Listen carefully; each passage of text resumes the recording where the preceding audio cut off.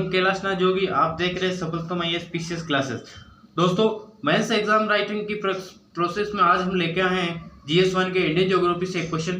कल हमने world geography से देखा था, आज हम इंडियन ज्योग्राफी से देखेंगे। साथ ही इस आंसर राइटिंग की आज की खास बात यह होगी कि उसमें हमने देखा कि कैसे हम पॉइंट वाइज लिखते हैं। आज इसमें हम यह देखेंगे कि किस प्रकार हम आंसर राइटिंग में डायग्राम यूज करते हैं। ठीक दोस्तों, तो हम पहले क्वेश्चन पढ़ लेते हैं। देखो आइए, दक्कन ट्रैप के प्राकृतिक संसाधन संभावनाओं पर चर्चा कीजिए। देखिए दोस्तों, डायरेक्ट क्वेश्चन समझने से पहले अधिकतर बच्चे क्या करते हैं, दक्कन ट्रैप के बारे में लिखने लगते हैं। हमें ऐसा नहीं करना है, हमें जनरल जानकारी प्राप्त करनी है। और जनरल जानकारी प्राप्त करने के लिए हमें प्राकृतिक संसाधन, कौन कौन से संसाधन हमें उपलब्ध हो रहे हैं, उन पर हमें चर्चा करनी है। इसके लिए दोस्तों सबसे पहले हम इसकी रूपरेखा बना देते हैं। ये प्रश्न की रूपरेखा है कि 150 वर्ड में लिखना है, तो हमें कम से कम 30 से 40 शब्द इसकी रूप परिचय में देना होगा। 30 से 40 परिचय में देना होगा। और परिचय के बाद में आप यहाँ कम से कम कितने बच्चे, 110 मान लो, 120 में से कम 80 या 90 शब्द आपको देने होंगे। 80 या 90 शब्द आपको देने होंगे मुख्य भाग में, मेन बॉडी में, मुख्य भाग, प्रश्न श्रृंखला के मुख्य भाग में देने होंगे। इसके बाद में आपको निष्कर्ष में मात्र 20 या 30 शब्दों में आपको यहाँ निपटा देना है। ठीक है, 20 से 30। अब देखो दोस्तों, हम स्टार्ट करते हैं प्रश्न। तो पहले हम दक्कन ट्रैप के बारे में तो अपन यहाँ हाईलाइट कर देते हैं। दक्कन ट्रैप के बारे में थोड़ी सामान्य जानकारी लिखेंगे। कैसे लिखेंगे, आइए लिखते हैं हम। उत्तर में हम लिखेंगे कि दक्कन ट्रैप भारत के दक्षिण पश्चिम भाग में स्थित है। दक्षिण पश्चिम भाग में स्थित है। ठीक है, भाग में स्थित है। ये हमने इसकी दिशा का ये बता दिया। इसका विस्तार लिख देंगे। और इसका विस्तार लगभग 5 लाख किलोमीटर, 5 लाख वर्ग किलोमीटर में फैला हुआ है ठीक दोस्तों, ये लिख दिया।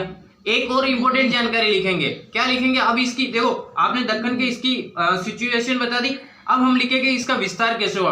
तो इससे पहले हम लिखेंगे, विस्तार लिख दिया। अब इसी के साथ में हम ये लिखेंगे कि इसका निर्माण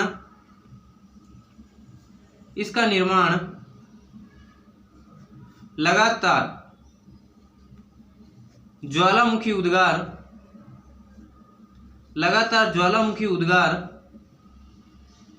उद्गार के कारण हुआ है।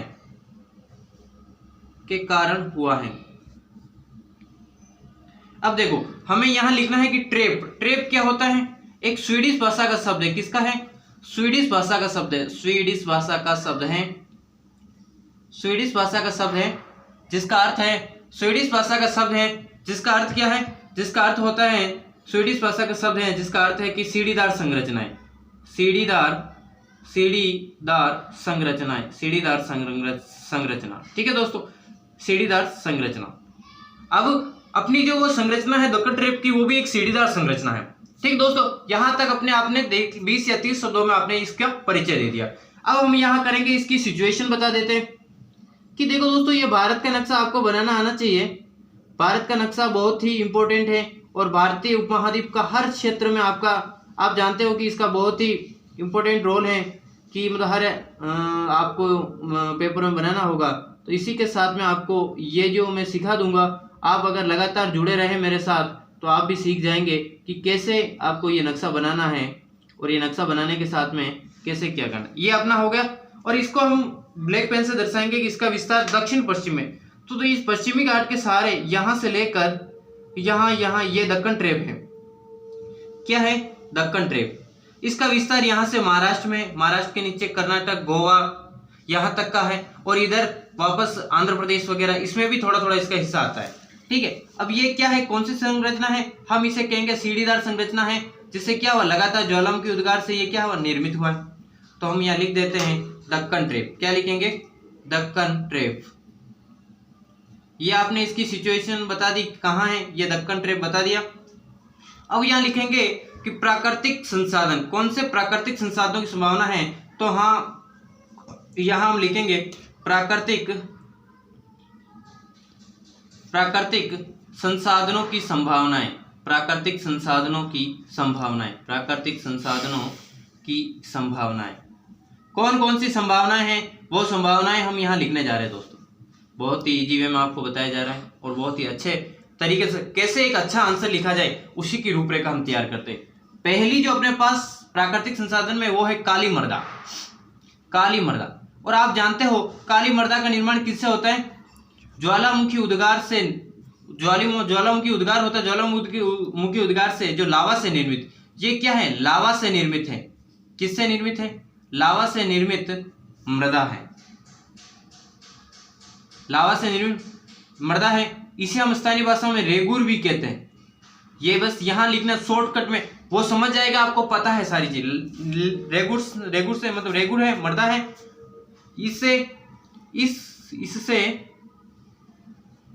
क्या इसमें कपास की खेती बहुत अच्छी होती है, कपास की खेती के लिए उपयोगी, कपास की खेती के लिए उपयोगी। अब यहाँ आपको क्या उदाहरण देंगे? उपयोगी है तो और कौन कौन से प्राकृतिक संसाधन? काली मृदा हो गई, तो यहाँ कौन से उत्पादन होंगे? यहाँ पर आप एग्जांपल दे सकते हैं उद्योग में, आप एग्जांपल जैसे सूती वस्त्र उद्योग। कौन से? सूती वस्त्र उद्योग, ये भी अपने संसाधन में आ गया। ठीक है, अब आप अनेक फैक्ट्रियों का नाम यहाँ पर दे सकते हो। ठीक है, अब इसके अलावा हम दूसरा देखते हैं कि ये क्या है? गोंडवाना लेन का भाग है, तो यहाँ पर क्या पाया जाएगा? कोयला। क्या पाया जाएगा? कोयला। तो गोंडवाना क्रम की चट्टानों में यहाँ क्या मिलेगा? कोयला मिलेगा। तीसरा संसाधन हम क्या पढ़ेंगे? विभिन्न प्रकार के खनिज, विभिन्न प्रकार के खनिज, विभिन्न प्रकार के खनिज। और तीसरा हम क्या बताएंगे? किसके नजदीक है? कर्क रेखा के नजदीक है, तो भूतापीय ऊर्जा का स्रोत होगा ही, लेकिन साथ में क्या? मतलब सौर ऊर्जा। ठीक है दोस्तों, इसी के साथ में एक और लिख लेते हैं। यहाँ पर स्वर्ण खदान है।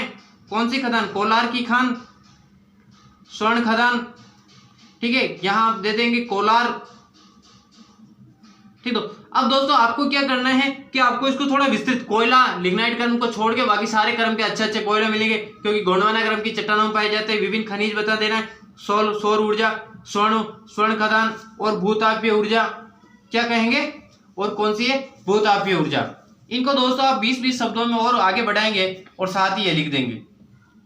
ठीक है, अब देखो इतने लिख दिया, अगर 20-20 शब्दों में लिखोगे तो ये 100 शब्द से 120 शब्द हो जाएंगे। अपने को कम से कम कितने लिखने हैं? 80 से 90 शब्द लिखने थे मुख्य में। अब हम यहाँ निष्कर्ष लिखेंगे, तो हम यहाँ लिखेंगे स्पष्ट होता है दक्कन ट्रेप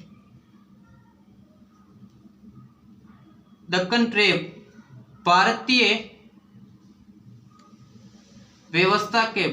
अर्थव्यवस्था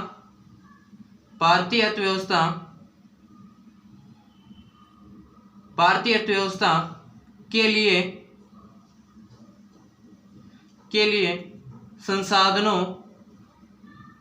लिए संसाधनों की आपूर्ति करने वाला एक महत्वपूर्ण स्रोत है। ठीक है दोस्तों, यह है गोंडवाना क्रम, ये गोंडवाना लैंड का हिस्सा है। यहां लिख देंगे यह गोंडवाना लैंड का भूभाग होने के कारण, गोंडवाना लैंड का भूभाग है, इसके कारण विभिन्न उद्योगों के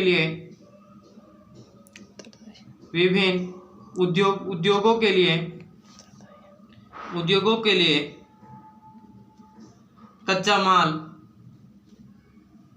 उपलब्ध करवाता है।